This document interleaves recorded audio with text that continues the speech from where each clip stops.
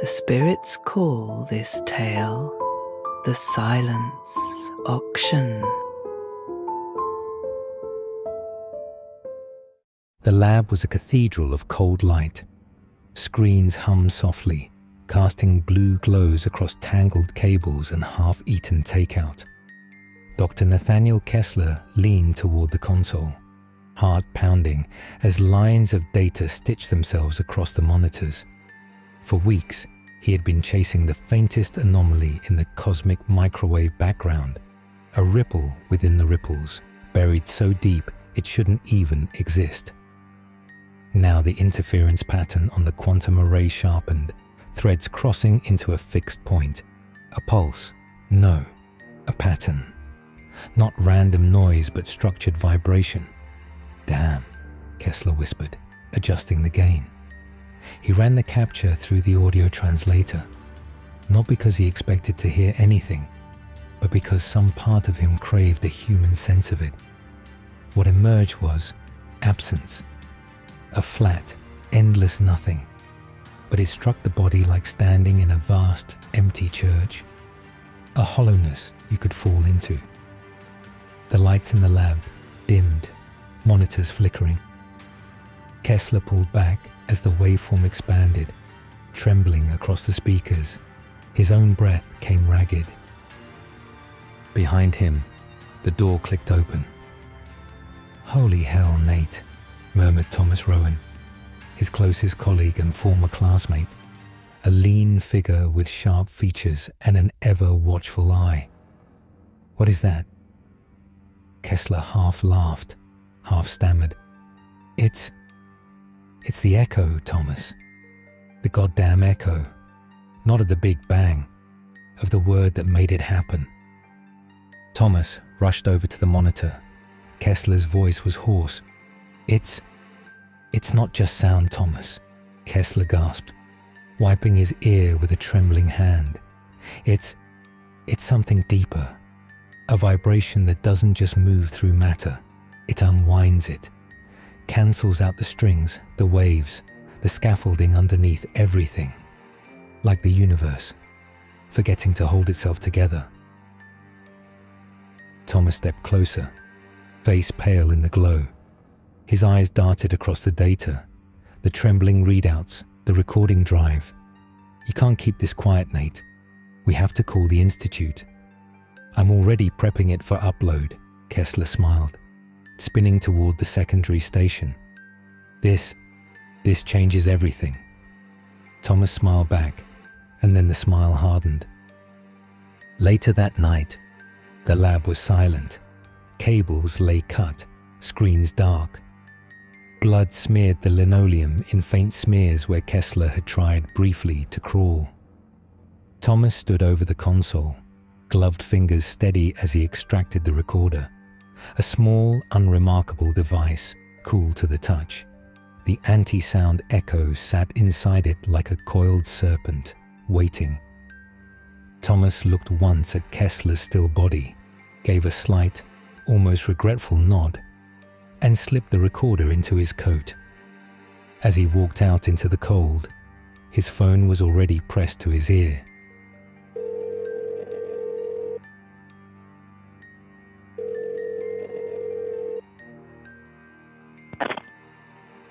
"Dorian, it's Thomas. I have something for the auction." The coffee shop pulsed with soft music, the kind of indie playlist designed to sound effortless, but curated within an inch of its life. Mismatched chairs, exposed brick, Edison bulbs strung overhead. Kira Vale sat cross-legged in the corner, laptop open, a half-drunk espresso cooling beside her. Her curly, natural hair framed her face in a wild halo, a few loose tendrils falling across one eye as she hunched over her screen. The hearing aid in her left ear gave a faint digital whine as she adjusted it, tapping impatient fingers against the chipped tabletop. Her clothes leaned toward the hipster side of timeless. High-waisted jeans, vintage sneakers, an old leather jacket with soft wear marks at the elbows. Across from her, Juno, tall, wiry, and clad in an oversized sweater, winced as Kira rattled off her frustrations. "I'm telling you, June," Kira said, half laughing, half imploding. "This album has to go right or I'm done." Lights off, locks changed, studio gone. Juno blew across a steaming mug. "You'll land it. You always do." Kira snorted. "No, you don't get it. My client list is drying up. Labels want producers with clout, and I'm over here surviving on scraps. I've got this one shot. Some rising R&B kid with a YouTube following and a label sniffing around. And if I don't nail this mix, I'm just another broke sound nerd with a cracked laptop and rent past dues." She rubbed at her temple, feeling the tension radiate through her jaw. Behind her, the espresso machine hissed, the sound briefly fuzzing her hearing aid before fading into the clatter of spoons and low conversation. Kira leaned back, eyes flicking across the coffee shop, watching, listening, straining for something steady in the static. The studio smelled faintly of old vinyl and coffee, and stress. Kira hunched over the soundboard, fingers darting across sliders and knobs with surgical precision. Her hearing aid buzzed faintly in one ear, but she barely noticed. She was locked in, jaw clenched, eyes flicking between the board and the glowing Pro Tools waveform on her laptop. In the recording booth, Zia, a 19-year-old R&B phenom with golden braids and a voice like silk over gravel, shifted restlessly on his feet. He grinned through the glass, mouthing, "How's it sounding?" Kira flashed a thumbs up, though her pulse hammered in her throat. As the track rolled, Kira's world narrowed to the sound. Every note, every breath, every space between. She heard the crackle of emotion when Zia hit the line just right, the slight strain on the high note, the pulse of the beat underneath. She leaned forward, lost in it, chasing the perfect take like a ghost she might never catch. But behind the magic, panic scratched at the edges, the rent check still unsigned on her desk, the unpaid invoices stacking in her inbox, the landlord's polite but not really voicemail from yesterday. She adjusted a slider, eyes darting to the clock. 2 more hours booked, time bleeding away. When Zia finished, she let the silence settle just a second longer before hitting the talkback. "We got it. That was gold," Kira said, voice low. Zia grinned, stepping out of the booth, stretching lanky arms overhead. "Told you we'd kill it." Kira leaned back in her chair, exhaling slow. For a moment, the tension eased, but when Zia disappeared down the hall, Kira sat there alone, the headphones in her lap, the hearing aid's quiet whine in her ear. The lights above the console buzzed faintly, and in that moment, she wondered, just for a second, if all this noise was enough to keep the walls standing. The night air hit Kira like a slap, sharp, cold, electric. She pulled her jacket tighter around herself as she fumbled with the studio's heavy lock, the soft clatter of keys in her hand. The alley was empty, save for the faint hiss of a passing car and the flicker of a dying street lamp overhead. Click. Deadbolt slid home. She exhaled. "Miss Vale?" Kira startled, spinning halfway before recognizing the figure at the edge of the lamplight. Marin Alvarez stepped forward, hands buried in her coat pockets, a polite, almost shy smile on her face. Young, wide-eyed, a little too well-dressed for the hour. She carried herself like someone used to being overlooked, someone who could appear without a sound. "Jesus," Kira muttered, pressing a hand to her chest. "You scared the hell out of me. We're closed." "I know. Sorry." Marin glanced toward the studio door. "I was hoping we could talk. Just a moment." Kira narrowed her eyes. "Do I know you?" "No, but I know you." Marin gave a small, apologetic tilt of her head. Word travels, especially about rare recordings. Kira's stomach dropped, a cold knot twisting low in her gut. What kind of recordings? Marin's voice softened, almost conspiratorial. The nightclub fire. 4 years ago, right? You were running audio that night. Ambient crowd noise, DJ set. And then the fire hit. You kept the master file. Kira's throat tightened. Look, that was a tragedy. I never intended... I'm not accusing you. Marin lifted a hand. Palm out. I'm here to make an offer. Kira let out a shaky breath, fingers tightening around her keys. An offer. Marin stepped a little closer, her voice low. There's a group, private collectors. They seek out unusual sounds, vanishing sounds, extinction, catastrophe, miracles. They've bought the last known recordings of a Tasmanian tiger's cry, the final confession of a condemned man, the collapse of a glacier. Your tape fits the pattern. Kira felt her pulse hammer in her throat. It's a brutal thing to keep, Marin continued, eyes soft. Why not let it go? To someone who understands its value. Kira swallowed hard, words caught in her mouth. Marin smiled faintly. Think about it. You know how to reach me. Without waiting for an answer, she turned, walking back into the dark, her figure swallowed by the city's glow. Kira stood frozen, breath fogging in the cold. For a long moment, the only sound in the alley was the faint hum in her hearing aid, and beneath it, as if caught in memory, the faint, rising echo of screams.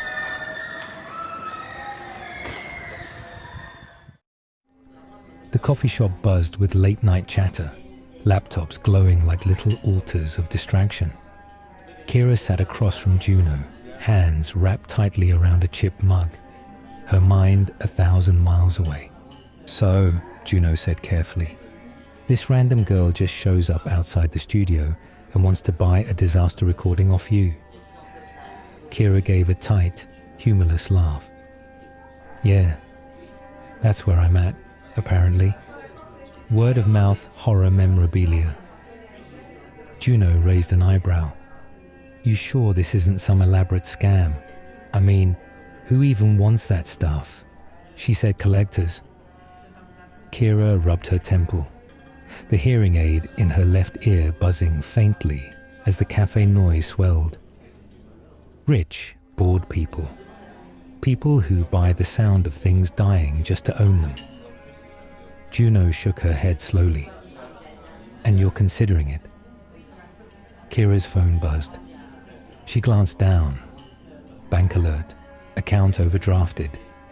Balance. -527. Her stomach sank. She took a long sip of cold coffee, eyes fixed on the screen. I'm out of choices, Jun.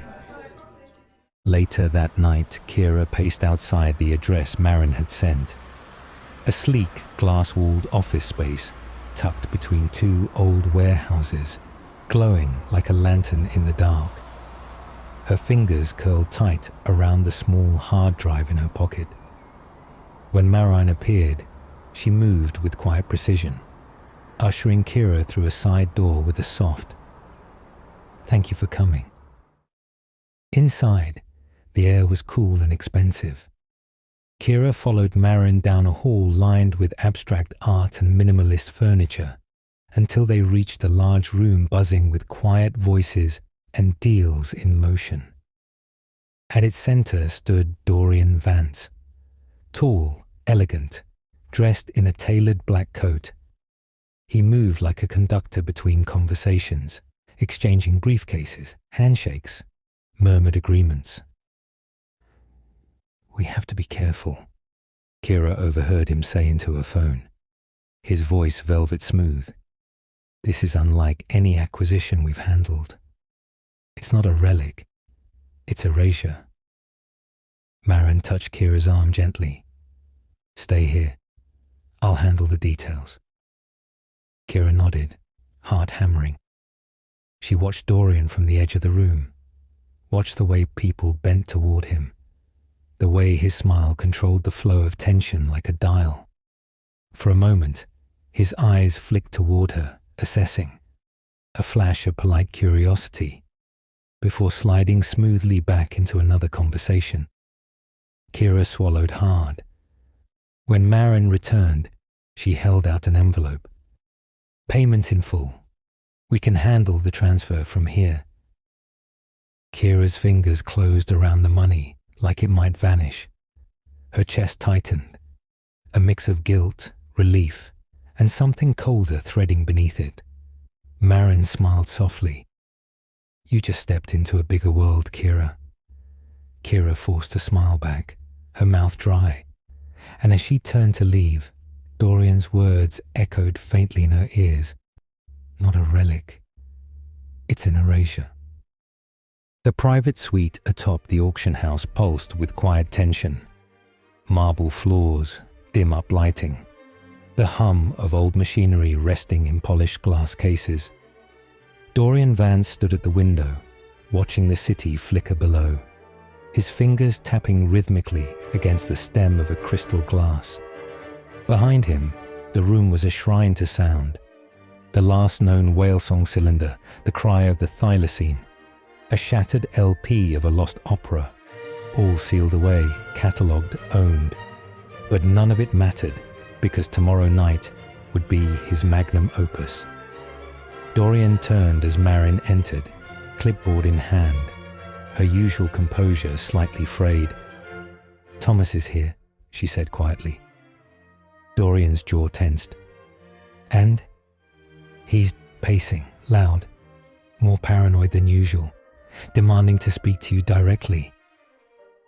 Dorian exhaled slowly, smoothing a hand down the front of his tailored coat. We knew Thomas was volatile when we brought him in. But this, he paused, eyes narrowing. This is the biggest event we've ever staged. All the stops pulled, every chair filled. If he shatters the room's confidence, we lose the night. Maren hesitated. Do you want me to keep him out of the main floor? No. Dorian turned, his gaze sharp, calculating. No, I want him visible. Our patrons need to see him deliver the item himself, to know it's real, it's his. After that, his mouth curved in a thin smile. He becomes someone else's problem. He walked to the center table, where the anti-sound sat in its lead-line case, small, plain, almost laughable in its appearance. Dorian hovered his fingers just above it, close, but not quite touching. It's strange, he murmured, almost to himself. I've handled wonders, Maren, heard the unhearable. But this, his voice softened, the faintest tremor threading through it. Even I feel it, in the walls, in the air, like it's waiting to be heard again. Maren shifted uneasily. He didn't turn, only murmured, the girl, Kira Vale, she's coming tomorrow tonight. Maren nodded. I've arranged it. She'll present the nightclub recording herself.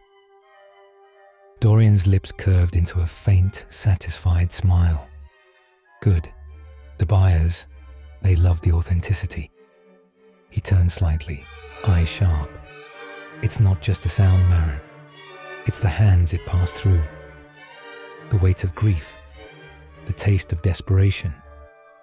The more human the story, the more it feeds their appetites. He swirled the whiskey in his glass, watching the ripples settle. Have her prepped, polished, and ready. We're not just selling recordings tonight. His voice dropped to a near whisper. We're selling the ache behind them. Maren hesitated. And if she refuses?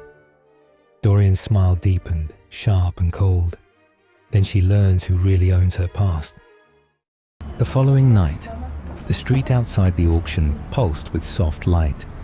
Sleek black cars rolling up to the entrance, engines purring as valet swept doors open with gloved hands. Kira stood across the street for a long moment, clutching her coat tighter around herself. Her reflection wavered in a dark window, curly hair pinned back hastily, a black dress she hadn't worn in years, old boots peeking out underneath. She took a breath, crossed the street, and stepped into the world she'd been invited to, or maybe swallowed by. Inside, the air shimmered with perfume, whiskey, and the low hum of anticipation. Tuxedos and glittering gowns drifted through the marble foyer, laughter bubbling up like champagne foam. Kira caught flashes of faces she almost recognized. A best-selling novelist, a music producer she'd once begged for work, a silver-haired senator she'd seen on the news. Waiters moved through the crowd with trays of delicate hors d'oeuvres. Conversation sparkled, but beneath it, threads of something darker. The last words of that death row inmate, "Can you imagine?" They say is the only surviving audio of the dodo's call. "And listen this," a man murmured to his companion, eyes glinting with thrill. "This anti-sound, this is the crown jewel, the thing that unravels the world." Kira's stomach turned, a cold knot twisting deeper. Kira swallowed hard. She had already sold the tape. Now she just had to survive the stage. The room pulsed with velvet anticipation. Champagne glasses lifted, murmurs curling like smoke under the crystal chandeliers. Kira stood just off stage, her heart hammering, hands damp at her sides. Beside her, Marin leaned in with quiet commentary, her eyes flicking between the crowd and the bids like a stockbroker in a temple. On stage, the auction was in full swing. Next, the announcer intoned smoothly, "Lot 27, the night the ice cried." A black-gloved assistant placed an antique reel-to-reel on the pedestal, captured during the collapse of the Cermek Kujalek Glacier 2015, one of the largest icebergs to ever break from Greenland, the sound of a continent breaking apart. They played 5 seconds.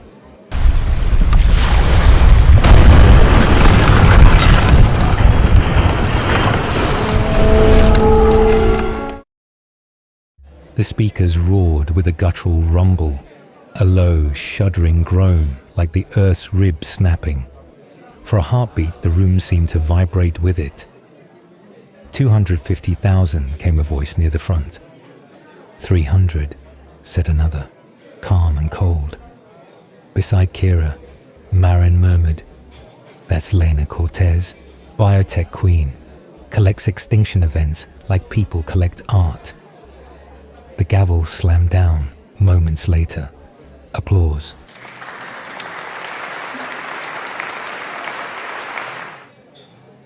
Lot 1028, the last songbird. A delicate vinyl disc was lifted to reverent silence, presumed a final recording of the Oh Bird Hawaii 1987. They played it.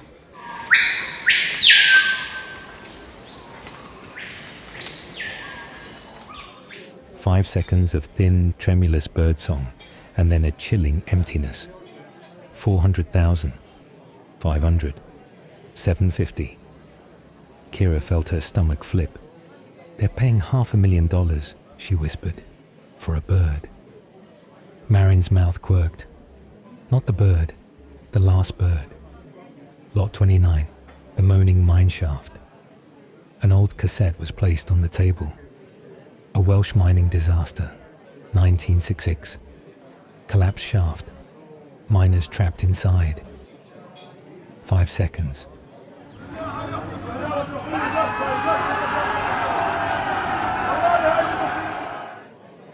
A faint tapping, rising to a chorus of voices shouting, crying. Then silence. The crowd barely breathed. 800,000, someone whispered. Marin nudged Kira gently, nodding toward a man at the edge of the room. That's Haru Tanaka, composer, obsessed with borderline unhearable sounds. Wait until he gets started. As the bid surged, Kira felt herself slipping between revulsion and morbid fascination. The money, obscene. The crowd, electric. Applause rippled like a fever every time the gavel fell. Why are they so into this? She muttered. Marin smiled thinly. Because these aren't just recordings, they're ghosts. They're buying pieces of time that no longer exists. And the more terrible, the more irreplaceable, the higher the price. She wondered if 5 seconds of her own life might be worth anything to these people. And then she wondered, when it was her turn, when her recording played, if she'd ever stop hearing it afterward. The lights were blinding. Kira stood center stage, fingers trembling around the slim microphone, the hard drive resting on a velvet-lined pedestal. Marin gave her a subtle nod from the wings. Beyond the haze of the stage lights, Kira could just make out a sea of expectant faces, their eyes sharp, their smiles just a little too eager. Dorian's voice floated in smooth as silk from the side. Lot 32, the Ember Room recording, captured during the tragic nightclub fire at Lux, 2019. Crowded room, DJ set, full house, 14 dead. A hush fell. Kira's throat felt tight, but she forced the words out. I was running audio that night, for the DJ. Background crowd noise, live samples. Her voice wavered. I didn't know what I was recording. She stepped back. A technician pressed play. 5 seconds.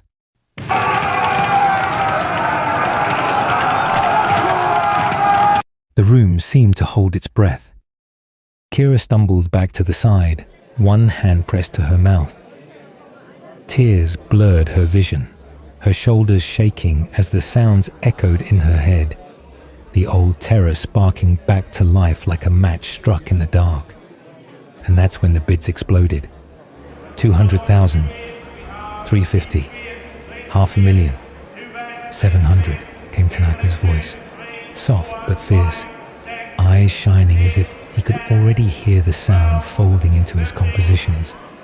800, Lena Cortez counted smoothly, fingers tapping her glass, a slight, amused smile on her lips. 9, Tanaka snapped, leaning forward. 1.1, Lena purred, and a ripple of excited murmurs ran through the crowd. Kira squeezed her eyes shut, shaking, barely able to process the surreal, monstrous scene as the crowd fed off her visible grief like wolves scenting blood. Sold, the gavel slammed down. To Miss Cortez. The crowd erupted in applause, not polite, but jubilant, almost fevered. Kira sagged back into the shadows, trembling, breath sharp in her chest. Marin caught her arm gently, steadying her. You were perfect, Marin whispered. Kira wasn't sure if she wanted to vomit or disappear. The house lights dimmed to an electric hush. Dorian stepped forward, his voice like a quiet drumbeat against the rising thrum of anticipation. Lot 40, he said smoothly, the anti-sound. A long pause, the crowd holding its breath. Captured not from this earth, Dorian continued, but from the fabric of the cosmos itself. A vibration folded beneath the cosmic microwave background, the residual echo of creation's first utterance, extracted through quantum acoustic arrays. To hear this sound, his voice softened, is to approach the edge of matter itself. This is not a recording of an event. This is the event. A ripple of hunger moved through the room, rich eyes shining, hands tightening around paddles and flutes. Thomas lurched onto the stage. The crowd's murmur swelled, fascinated, uneasy. His tuxedo hung loose on his gaunt frame, his eyes darting, his skin pale under the lights. Dried blood rimmed his ears, and his grin flickered wildly between triumph and collapse. He grabbed the microphone, fingers white-knuckled. "Ladies, gentlemen," Thomas breathed, "the sound you're about to bid on cost a life." He chuckled. "Dr. Nathaniel Kessler, astrophysicist, genius, friend," Thomas's voice dropped, almost fond. "And my meal ticket." He paused and causally smirked. I cut his throat while he was calling in a takeout order from the lab. Thomas nodded slightly. "He was in my wedding, you know." A jagged murmur swept the room. Not outrage, but electric thrill. Kira's hands shot to her mouth, horror crawling up her spine. Thomas swayed. "You can't own this, you know. You can buy it, pass it around like wine at a wake, but it knows you." His eyes gleamed. "It's patient. It'll wait." Then his grin sharpened.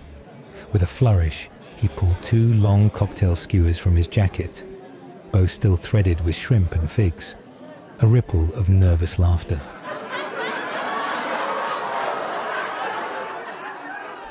Thomas plucked the food off absent-mindedly, raised the bare skewers in a shaky salute, and without hesitation jammed them into his ears. Kira's strangled gasp joined a scattering of soft exclamations across the room. Nothing louder, no screams, no rush for help. Thomas crumpled, a puppet cut loose. 2 black-clad attendants swept him off stage with all the ceremony of clearing a broken chair. Kira stumbled back, heart pounding, a nauseous wave surging through her. And then, the sound. Dorian touched the console, his expression poised, almost reverent. 5 seconds.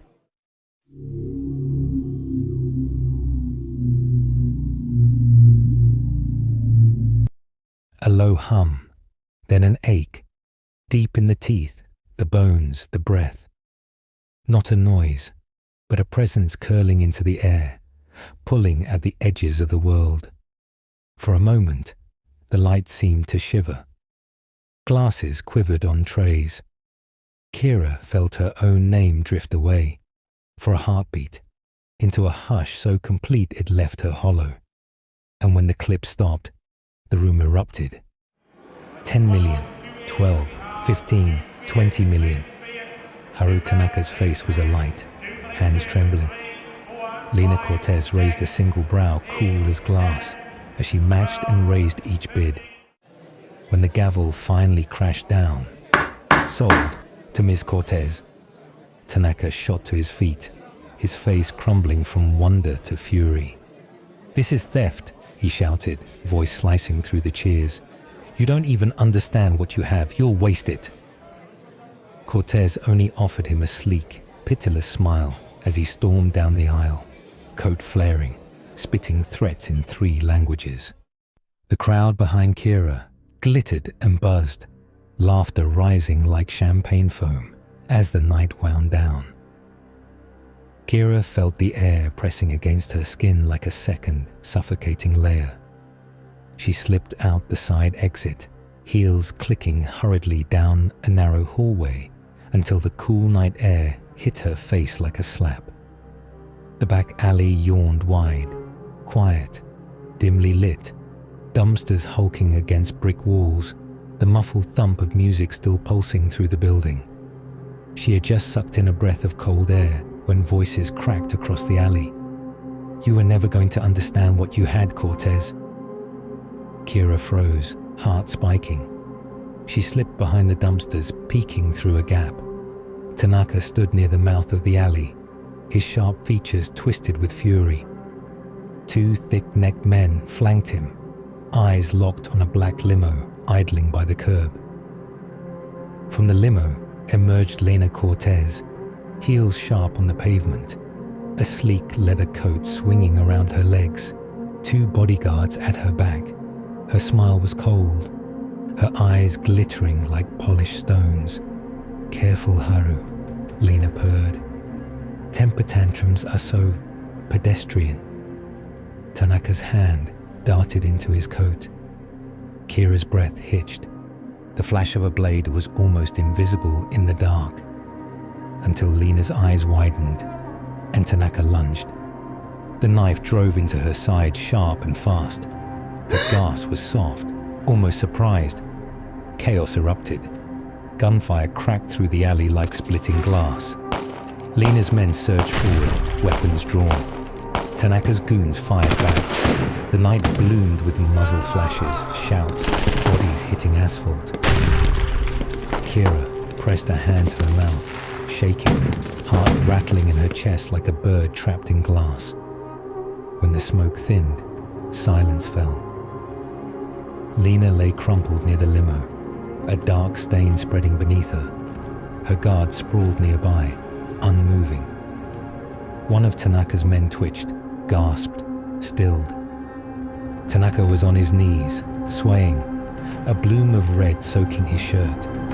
In his hands, trembling, was the recording. Kira crept forward, her breath sharp, shoes slipping slightly on the slick pavement. Tanaka's head lifted as she approached, his face pale, eyes flickering. "It's too much," he rasped, a broken laugh shivering from his chest. "They'll burn the world with it." His fingers loosened. Kira's hands closed over the recording, cold and smooth and humming with quiet dread. She crouched beside him, heart pounding, eyes wet. "I'm sorry," she whispered, not sure if it was for him, for herself, or for what was coming. And then she ran. The alley swallowed her steps, the city lights pulling her toward the unknown. The recording clutched tight against her chest. Not for money, not for power. To end this, before the sound that unmakes everything finds another stage. The surveillance footage flickered on a massive screen. Dorian stood perfectly still, hands folded behind his back, watching the alley unfold in cold monochrome. Tanaka's knife flashing, the gunfire, the collapse. Kira, slipping from the shadows, taking the recording, running like her soul was on fire. Marin hovered near the door, phone in hand, eyes nervous. Without looking away, Dorian said softly, "Get Kira on the phone." Marin hesitated. "Sir, she..." Dorian turned, his smile a crescent moon, his eyes all night. "Now!" Kira's hands shook as she raked them through her hair, pacing the studio. "We can't outrun him, Juno. He'll have people everywhere." Juno, crouched by the window, peeked through the blinds. "Cops? Should we call the cops?" Kira froze mid-step, eyes darting to the wall of audio gear. The mixers, the speakers, the mics. An idea sparked, sharp, wild, electric. "Get my microphone." Juno turned, wide-eyed. "What?" "Get the mic." The black van rolled to a smooth stop in front of Kira's studio. Dorian stepped out, cool as winter wind, his men spilling from the vehicle like shadows, rifles up, eyes sharp, mouths grim. Dorian's team stacked at the door, a whispered countdown, a sharp crack of a battering ram. The studio door splintered open. They fanned inside, black-clad shapes slicing through the space like a blade. Dorian followed, a ghost in a tailored suit, his voice silk on steel. "Kira," he called softly, "you're frightened. That's understandable. But let's not make this messy. Come out now, and I promise you walk away." The room was still. Then, the faint shuffle of movement, rustling, a voice trembling from the recording booth. Okay, don't shoot. We give up." Dorian's mouth curved. He motioned his men forward. They slipped toward the booth, a soundproof glass box cluttered with microphones and cables. The heavy door cracked open. Inside, the figures shifted. The men flooded in, and then slam. The door snapped shut. The lock clicked. Dorian turned, eyes narrowing. Kira rose behind the mixing table, breathless, hands braced on the console, sweat streaking her temple. Through the glass, Dorian's laugh rolled out, low, amused. Clever, Kira. But you realize I can shoot this door open, yes? Kira's fingers hovered over the board. Her smile was tight. Not if you can't stand. She slammed play. The room shook. A deep, raw sound poured into the booth. A low frequency that rattled the glass. A pressure you could feel in your teeth. A vibration that gnawed at the edges of thought. The men inside staggered, clutching their heads, knees buckling. Dorian's smile faltered. The laugh caught in his throat as his hands twitched toward his ears. Inside the booth, chaos erupted. The men dropped to their knees, rifles clattering to the floor. Screams tore from their throats, raw, ragged, as their bodies convulsed. Their black uniforms rippled, threads fraying, dissolving into drifting grey dust. Kira's breath caught in her chest.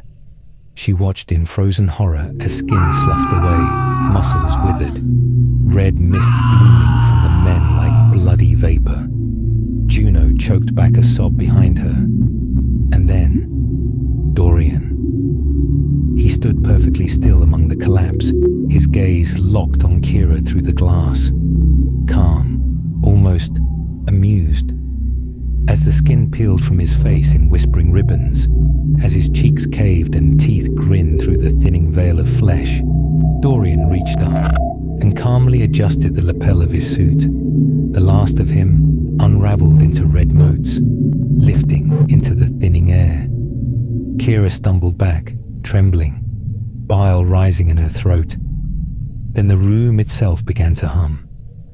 The glass of the booth spiderwebbed with fractures. The floorboards rippled like disturbed water.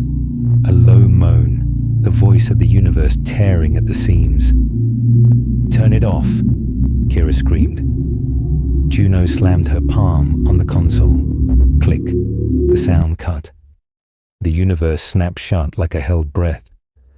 Glass shards clattered to the floor. Dust drifted in the still air. For a moment, all Kira could hear was her own heartbeat thundering in her ears, and then silence. Almost a year later, sunlight poured through the wide windows of the newly renovated studio, catching on polished floors and sleek soundboards. Plants in every corner. Gold records lined the walls. The air smelled of coffee and fresh paint. Kira moved through the space with a buzz of energy. Hair swept back, sleeves rolled, clipboard in hand.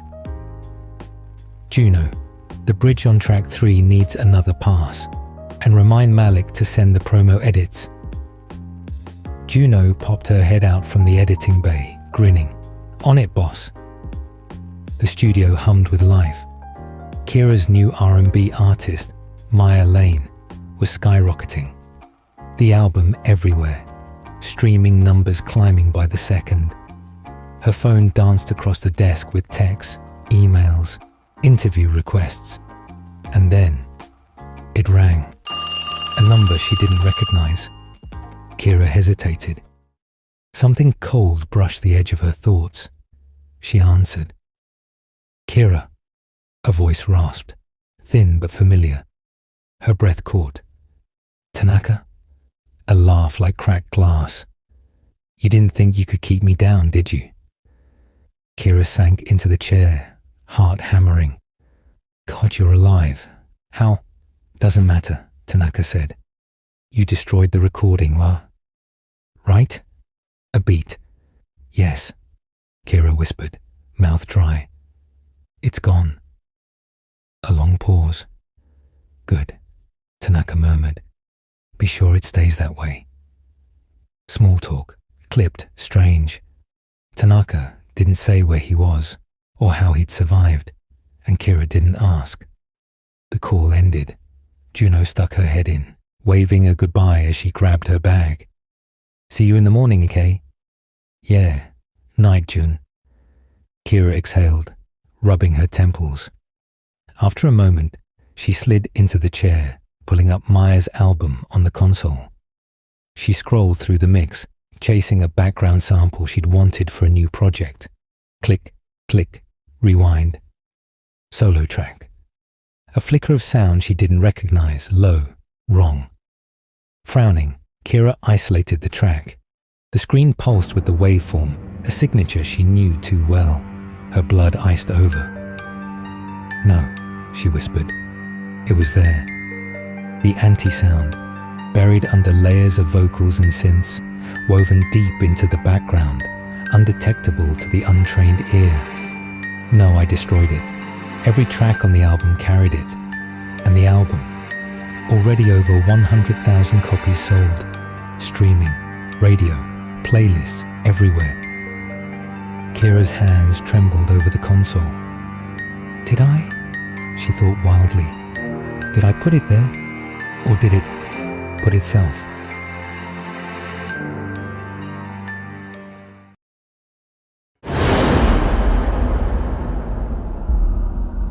The veil draws shut once more, and our guest from beyond fades into the hush of candlelight. You've done well to linger this long, friend. Not everyone has the stomach for such company. But should you ever feel that cold breath on your neck, or hear a whisper that don't belong to the living, just return here to the Séance Society, where the dead speak and the living listen. Like and subscribe to our channel for more ghastly tales. Oh, and don't forget your creepy cocktail recipe. It's buried down in the description.